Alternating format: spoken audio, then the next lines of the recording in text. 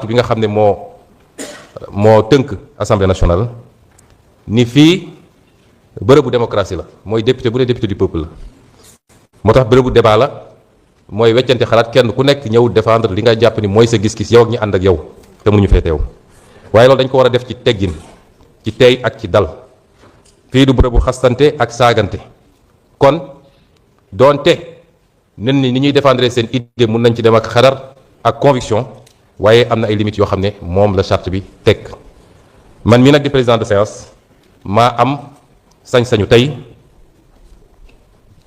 saytu loolu ma wax nii tënk ko ba kenn ku nekk appliqué ko respecté ko ñu liggéey ci anam yu gën a rafete ndax askan wi ma ngi seetaan te li ñu fi dajale tey lu am solo la mooy constitution Sénégal kon ñoo ngi jox kàddu gi madame le rapporteur madame Béatrice Germaine Faye, rapporteure de la commission des lois, de la décentralisation du travail et des droits humains. Madame Béatrice, vous avez la parole.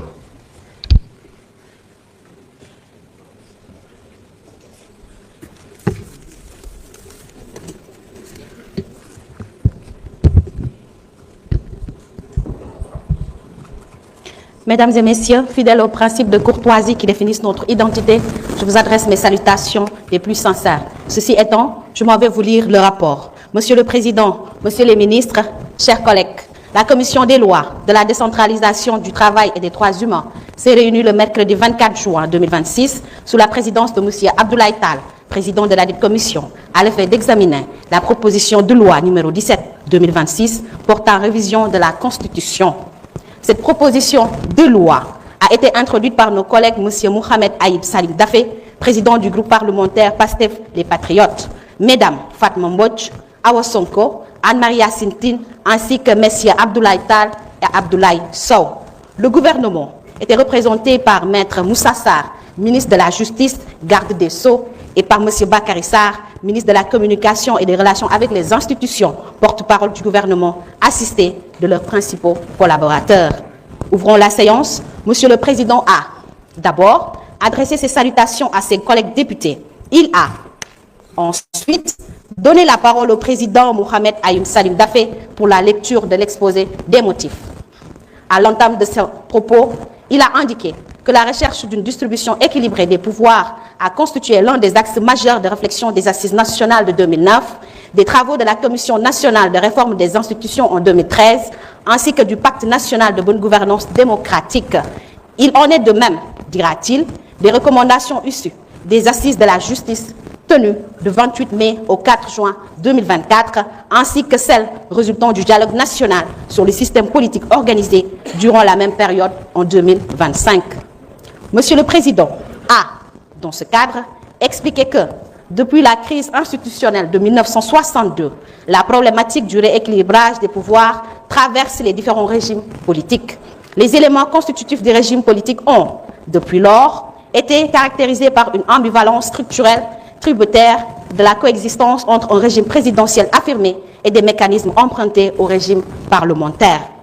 Toutefois, il a précisé que l'empirisme politique a progressivement accentué le déséquilibre non seulement entre les différents pouvoirs, mais également au sein même de l'exécutif. Ces constats justifient la volonté politique de procéder à un meilleur rééquilibrage des prérogatives au sein de l'exécutif afin de consolider davantage l'état de droit et la bonne gouvernance. Monsieur le Président a clos la lecture de l'exposé des motifs en indiquant que les innovations introduites par la révision constitutionnelle portent notamment sur l'adaptation du préambule de la Constitution à l'évolution des dispositifs constitutionnels à la suite de plusieurs révisions, l'instauration d'une véritable séparation des pouvoirs entre l'exécutif, le législatif et le judiciaire, la prérogative de l'Assemblée nationale d'entendre toute personne dont l'audition est jugée utile à travers des commissions d'enquête ou d'information, l'encadrement des décisions des autorités publiques engageant substantiellement l'État entre le scrutin présidentiel et la proclamation définitive des résultats, la contextualisation du serment du président de la République, la consécration du droit à l'accès au service universel des communications électroniques, la création d'une cour constitutionnelle, l'incompatibilité de la fonction de président de la République avec l'exercice d'une fonction dirigeante au sein d'un parti politique ou coalition de partis politiques, l'incompatibilité de la qualité de membre du gouvernement avec les fonctions de chef d'exécution locale. Intervenant à leur tour, les commissaires ont adressé leurs félicitations et remerciements aux auteurs de la proposition de loi avant de faire part de leurs préoccupations et suggestions.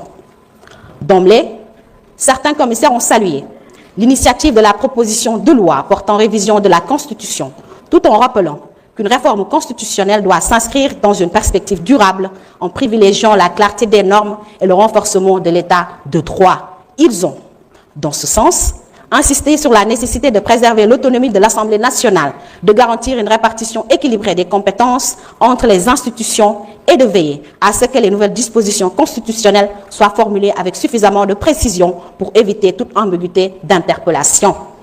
Abordant les nouvelles attributions reconnues au Premier ministre, vos commissaires ont demandé des éclaircissements sur les modalités d'exercice de son droit d'initiative législative. En effet, diront-ils, les projets de loi sont adaptés en Conseil des ministres sous la présidence du président de la République, qui est le seul habilité à en fixer l'ordre du jour. Ils se sont ainsi interrogés sur les garanties permettant au Premier ministre de soumettre effectivement un projet de loi à l'Assemblée nationale lorsque celui-ci n'est pas inscrit à l'ordre du jour du Conseil des ministres. À cet égard, ils ont jugé important de clarifier le dispositif retenu afin d'assurer l'effectivité de cette nouvelle prérogative prévue par la proposition de loi. Dans le même esprit, ils se sont prononcés sur la nouvelle répartition des compétences entre le président de la République et le Premier ministre en matière de définition de la politique de la nation.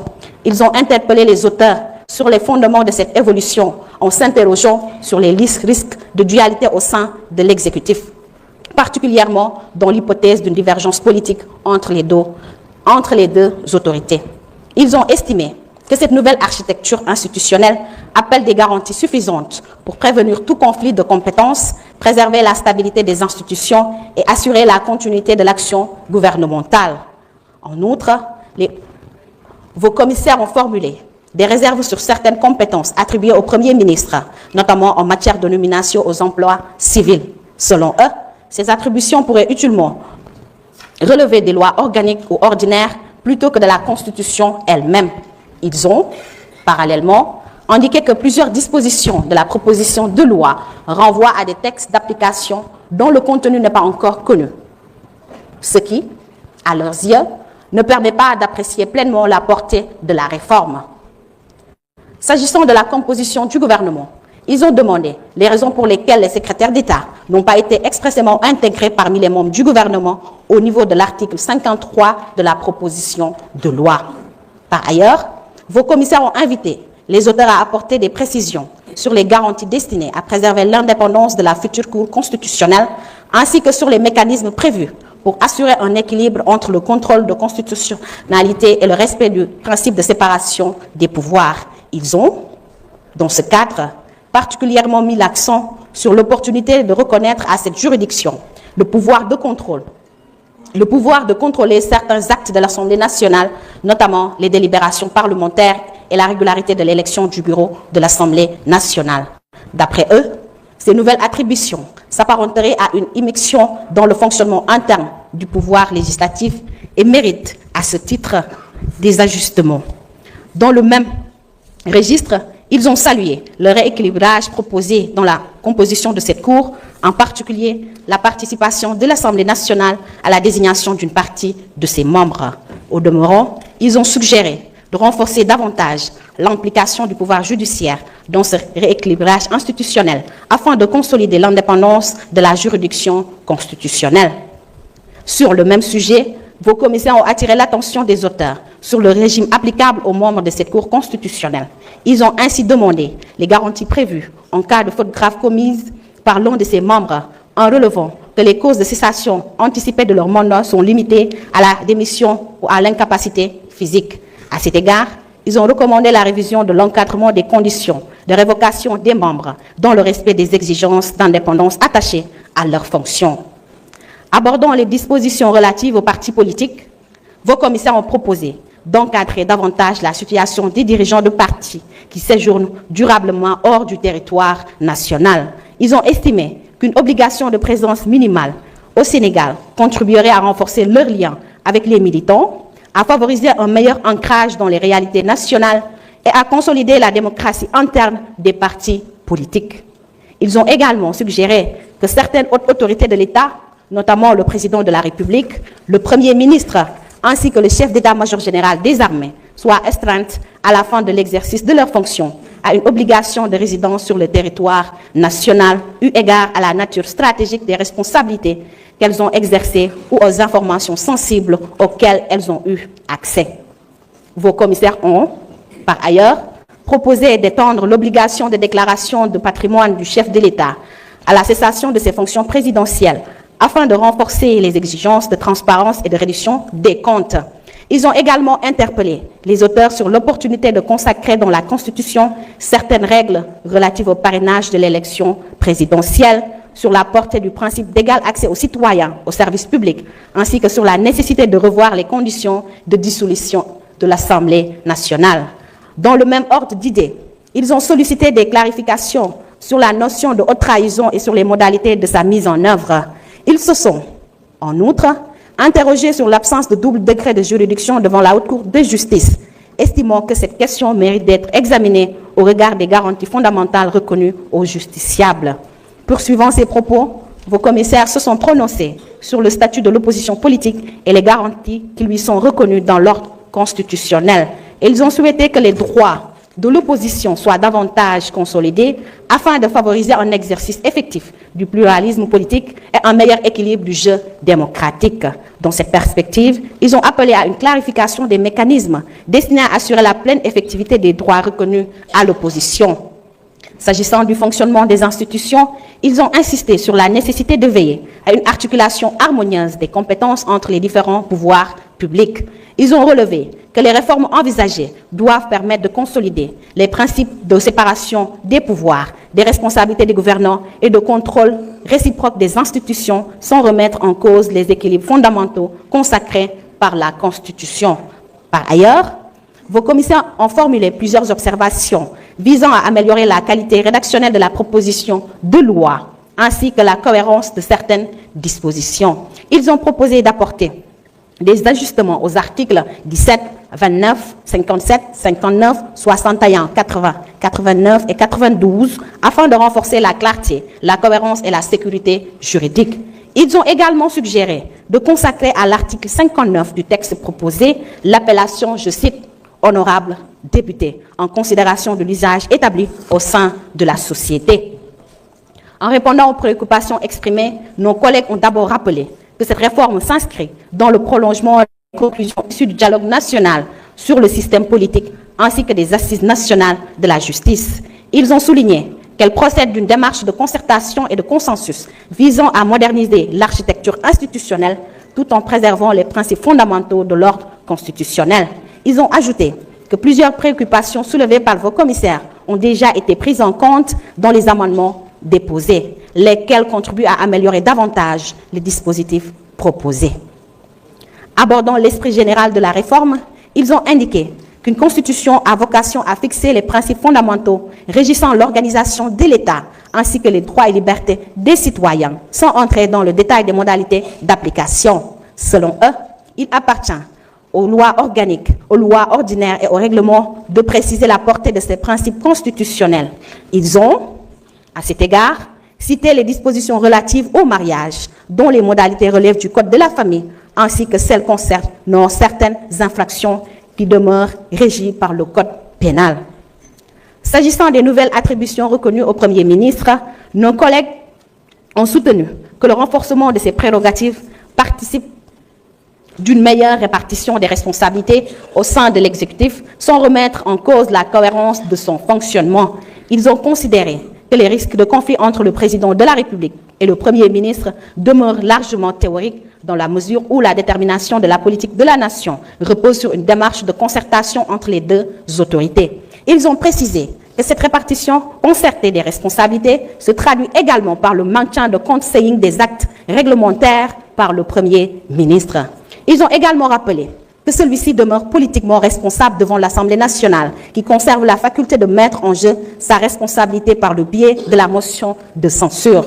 Revenant sur la création de la Cour constitutionnelle, ils ont indiqué que cette institution bénéficie de garanties d'indépendance substantielles, notamment l'inamovibilité de ses membres après leur nomination, ainsi que l'autorité attachée à ces décisions, lesquelles s'imposent à toutes les autorités et ne sont susceptibles d'aucun recours. Ils ont précisé que les modalités relatives au fonctionnement de la Cour, au régime disciplinaire applicable à ses membres, ainsi qu'au cas éventuel de cessation anticipée de leurs fonctions, relèveront de la loi organique appelée à organiser cette juridiction.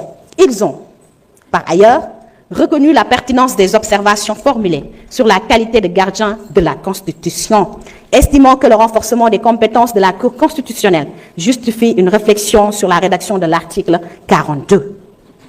Nos collègues ont également apporté des précisions sur plusieurs dispositions particulières de la proposition de loi. Ils ont indiqué que l'introduction d'une déclaration de patrimoine à la cessation des fonctions du président de la République constitue une proposition pertinente qui mérite d'être intégrée au texte. Ils ont, en outre, expliqué que la nouvelle rédaction de l'article 61 vise à limiter les cas de radiation d'un député aux seules condamnations pénales définitives entraînant la perte des droits électoraux, afin d'éviter qu'une condamnation de moindre gravité n'emporte automatiquement la déchéance du mandat parlementaire. Poursuivant leurs explications, les auteurs ont fait savoir que les dispositions relatives au parrainage procèdent d'un souci de hiérarchie des normes. Ils ont précisé que la Constitution a uniquement vocation de consacrer les principes fondamentaux applicables à l'élection du président de la République, notamment celui selon lequel un électeur ne peut parrainer qu'un seul candidat. Les modalités pratiques de mise en œuvre, en particulier le nombre de parrains requis et les autres conditions d'application relèvent du Code pénal. Ils ont également rappelé que le principe d'égal accès à tous les citoyens au service public ne constitue pas une innovation introduite par la réforme, mais une reprise d'un objectif à valeur constitutionnelle déjà consacré dans le préambule de la Constitution. Selon eux, sa mise en œuvre incombe à l'État, à travers les politiques publiques, les lois et les actes réglementaires destinés à garantir l'égalité des citoyens devant le service public. Évoquant les autres propositions d'amendement, les auteurs ont reconnu la pertinence de plusieurs observations formulées par vos commissaires. Ils ont notamment estimé qu'un meilleur encadrement des conditions de dissolution de l'Assemblée nationale pourrait utilement être examiné. Ils ont également considéré que la définition de la notion de haute trahison mérite une réflexion approfondie, tout en relevant qu'une telle définition trouverait davantage sa place dans le Code pénal que dans la Constitution, en raison de la complexité des situations susceptibles d'être couvertes. S'agissant du fonctionnement des juridictions constitutionnelles et politiques, ils ont rappelé que l'absence de double degré de juridiction devant la Cour de justice ne constitue pas, en soi, une exception aux standards juridiques. Ils ont soutenu que certaines juridictions internationales, à l'image de la Cour de justice de la CEDEAO, statuent également en premier et dernier ressort. Ils ont ajouté que la Cour de justice est, au demeurant, présidée par le premier président de la Cour suprême, ce qui constitue une garantie supplémentaire de crédibilité et de sécurité juridique. Par ailleurs, nos collègues se sont prononcés sur les propositions tendant à imposer une obligation de résidence sur le territoire national aux dirigeants des partis politiques, ainsi qu'à certaines autorités de l'État, après la cessation de leurs fonctions, tout en reconnaissant les préoccupations liées à la préservation des intérêts supérieurs de la nation. Ils ont estimé qu'une telle restriction serait difficilement conciliable avec la liberté d'aller et de revenir garantie par la Constitution à tous les citoyens, indépendamment des fonctions qu'ils exercent ou ont exercé. Enfin, nos collègues ont salué la qualité des échanges, soulignant que les débats ont témoigné de l'intérêt des commissaires pour les questions constitutionnelles et leur volonté commune de renforcer les institutions de la République. Ils ont rappelé qu'une révision constitutionnelle résulte nécessairement de choix opérés à l'issue d'un processus de concertation et de recherche de consensus, tout en veillant au respect des clauses d'intangibilité de la Constitution. Ils ont conclu que les amendements proposés, tant par les députés que par le gouvernement, contribuent à enrichir le texte et à renforcer la cohérence tout en préservant son équilibre d'ensemble. Au moment du vote de la proposition de loi et conformément aux dispositions du règlement intérieur de l'Assemblée nationale, vos commissaires ont examiné et adopté des propositions d'amendement présentées par leurs collègues ainsi qu'un projet d'amendement déposés par Monsieur le ministre. Ces amendements sont annexés au présent rapport. Satisfaits des réponses apportées par nos collègues, vos commissaires ont adopté à la majorité la proposition de loi numéro 17/2026 portant révision de la Constitution. Ils vous demandent d'en faire autant. Si cela ne soulève de votre part aucune objection, mesdames. Et enfin, pour finir, mesdames et messieurs, sous la permission de vos oreilles attentives, c'est ici que mon éloquence prend congé de vous. Je vous remercie, Monsieur le Président.